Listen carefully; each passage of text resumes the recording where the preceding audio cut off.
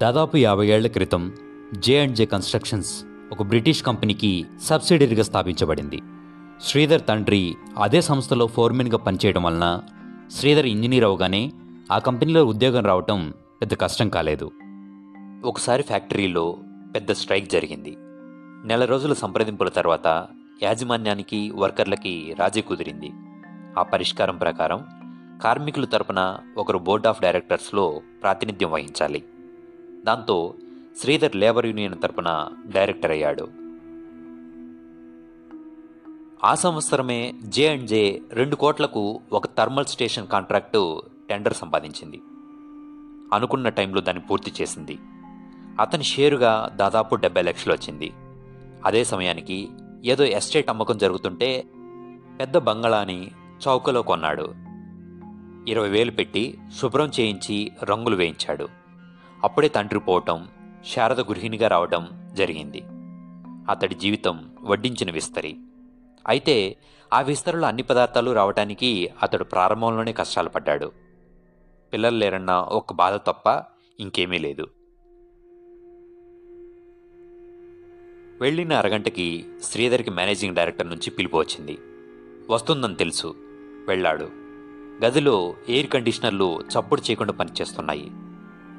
Venetian blinds వెనక అద్దాల మీద నీడ సరళరేఖలా పడుతోంది. రాబర్ట్ ఫిన్స్ విశాలమైన గది మధ్యలో కూర్చుని ఉన్నాడు. ముడతలు పడ్డ చెక్కిళ్ళు, తెల్లటి జుట్టు, 60 ఏళ్లుంటాయి. అయినా దృఢత్వం తగ్గలేదు. హౌ ఆర్ యు శ్రీధర్ అని సమాధానం ఆశించకుండా పైపులో నూసి ఆస్ట్రేలు వేస్తూ యూనియన్కి రిజైన్ చేసావటగా అని అడిగాడు.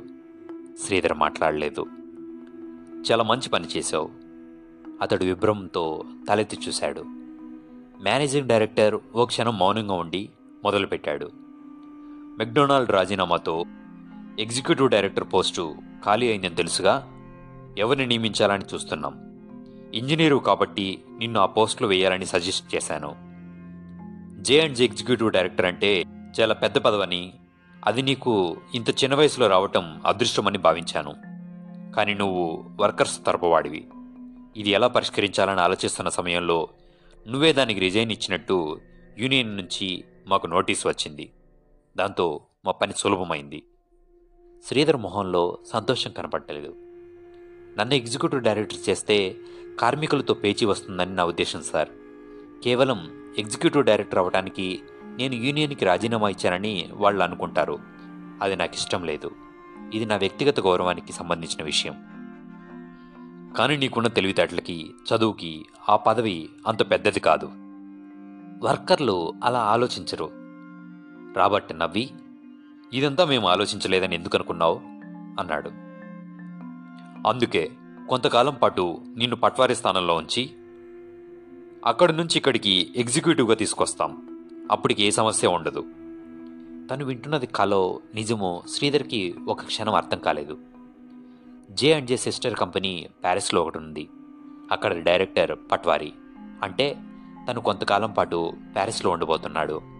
అతి కష్టం మీద అతడు ఆనందాన్ని అంచుకున్నాడు. స్వశక్తి మీద సాధించిన విజయాల ఫలితాలని స్వయంగా ఆస్వాదిస్తే గాని అందులో ఆనందం తెలియదు. సాధ్యమైనంత త్వరలో నువ్వు బయలుదేరవలసి ఉంటుంది. అతడు తలూపి షేక్ హ్యాండ్ ఇచ్చి లేచి, thank you sir, really thank you అని బయటికి రాబోతూ గుమ్మం దగ్గర ఆగి, మీరు నా మీద ఎందుకింత అభిమానం చూపిస్తున్నారు అని అడిగాడు.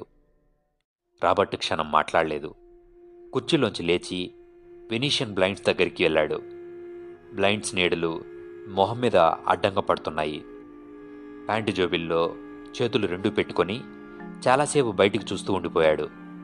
తర్వాత వెనక్కి తిరిగి నెమ్మదిగా అన్నాడు, 24 ఏళ్ల వయసులో ప్లేన్ యాక్సిడెంట్లో చనిపోయిన నా కొడుకు నీలో ఉండేవాడు కాబట్టి.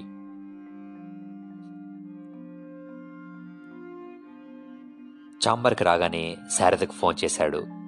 అతడి మనసంతా ఆనందంతో నిండి ఉంది. ఎంత ఆపుకుందామనుకున్నా లోపల నుంచి సంతోషం ఆగటం లేదు. స్వరంలో అదేమీ కనపడకుండా మామూలుగా ఉండటానికి ప్రయత్నిస్తూ ఫోన్లో శారు అన్నాడు. ఒక విషయం చెప్పు. నేను ఇంటి నుంచి బయలుదేరాక నువ్వు పూజ గదిలోకి వెళ్ళి దేవుణ్ణి ప్రార్థించావు కదూ. నేను మీకు సినిమా హీరోయిన్లా కనబడుతున్నానా అంది.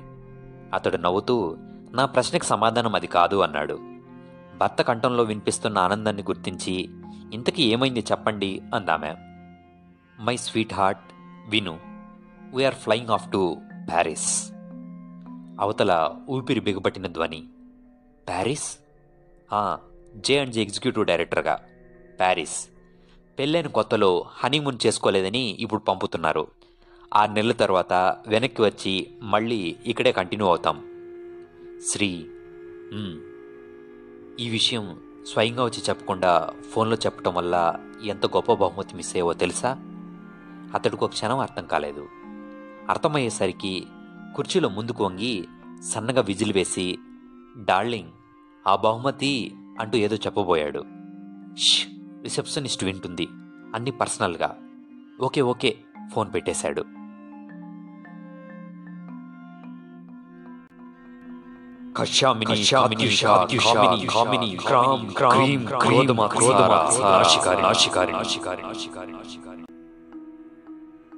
అర్ధరాత్రి 12 గంటల వేళ దట్టమైన చీకట్లో శ్మశానం నడిబొడ్డును కూర్చొని అతడు క్షుద్రదేవతల్ని పిలుస్తున్నాడు. పిచ్చి మొక్కలు రాళ్లగుట్టల మధ్యలో హోమంలో నుంచి పొగ పైకి లేచి చీకట్లో కలిసిపోతుంది. దూరంగా ఎక్కడో కాలుతున్న చితి వెలుగు మినుకు మినుకుమంటూ కనబడుతుంది. చెట్టు సందు కొమ్మల్లోంచి ఒక గుడ్లగూబ ఆగి అరుస్తోంది. ఒరిస్సా రాష్ట్ర సరిహద్దుల్లోని బిస్తా గ్రామానికి 4 మైళ్ళ దూరంలో ఉన్న శ్మశానంలో ఇదంతా జరుగుతోంది. పక్కనే కూర్చొని ధూపం వేస్తున్నది సాహిర్. అతడు ముస్లిం యువకుడు. గురువు దగ్గర తాంత్రిక విద్యను నేర్చుకోవటానికి వచ్చినవాడు.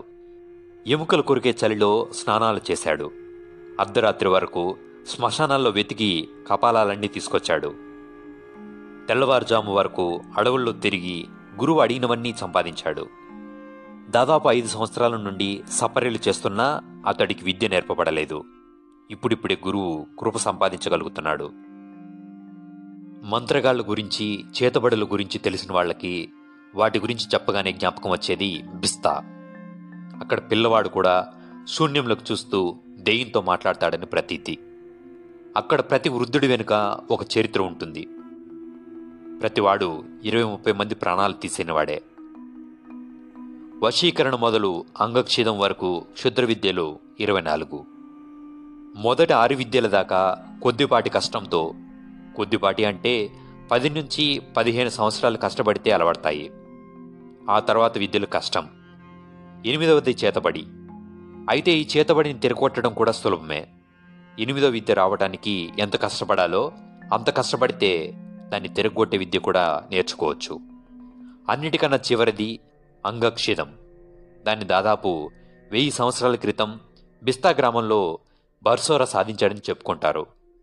ఆ విద్య సాధించిన వారికి క్షిత్ అనే దెయ్యం వశమే ఉంటుందట.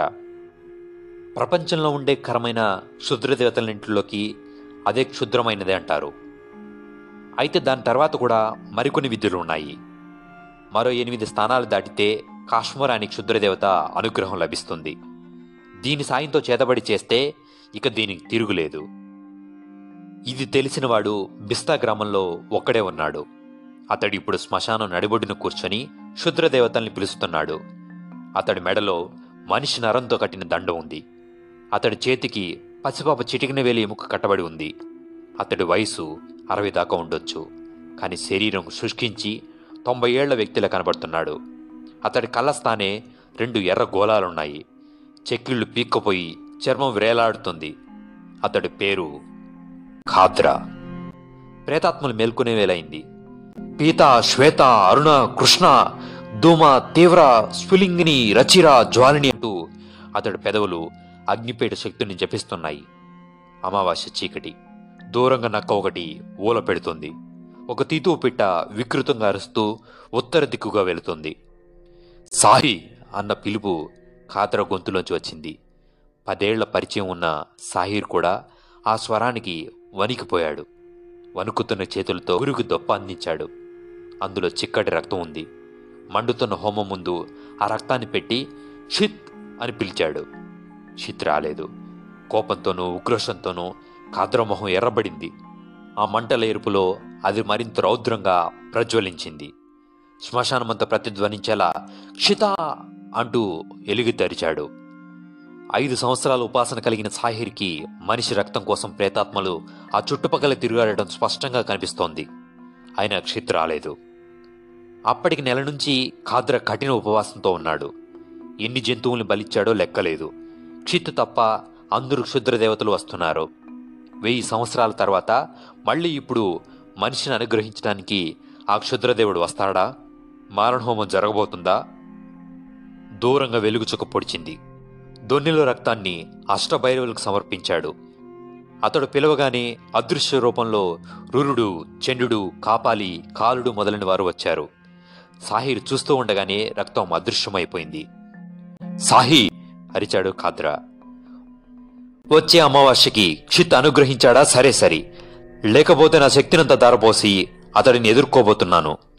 ఈ మారణహోమంలో నేను క్షిత్తో తేలిపోవాలి. క్షుద్రదేవత అనుగ్రహం కోల్పోతే మంత్రవేత్త చాలా దారుణమైన నరకం అనుభవించాల్సి ఉంటుంది. ఎంతోమంది మంత్రగాళ్లు అలాంటి హృదయ విదారక మరణాన్ని పొందడం సాహిర్ చూశాడు. రక్తం కక్కుకుని చచ్చిన వాళ్ళు, కనుగుడ్లు తేలిపోయి చచ్చిన వాళ్ళు, మంచం మీద కాళ్ళు చేతులు ఆడక నెలల తరబడి చచ్చిన వాళ్ళు, జుగుప్సాకరమైన చావు. అయితే క్షుద్రదేవతల్ని జయించిన మంత్రవేత్తలు కూడా ఉన్నారు. కానీ ఇప్పుడు ఖాద్రా ఎదుర్కోబోతున్నది అంతకన్నా బలవంతుడైన క్షిత్ని. గెలుస్తాడా? సాహిర్ ఖాద్రా దగ్గరికి వెళ్ళాడు. వచ్చే అమావాస్య నాటికి నేనుండకపోవచ్చు. ఇన్నాళ్ల శుశ్రూషకి ప్రతిఫలంగా నీకు ఒక విద్య నేర్పుతాను. సాహిర్ మొహం ఆనందంతో వెలిగిపోయింది. గురువు మొదటిసారి కనికరించడమే కష్టం, తర్వాత సులభమే. ఈరోజే నేర్పుతాను. ఏమిటో తెలుసా? సాహిర్ ఊపిరి బిగబట్టాడు. చేతబడి.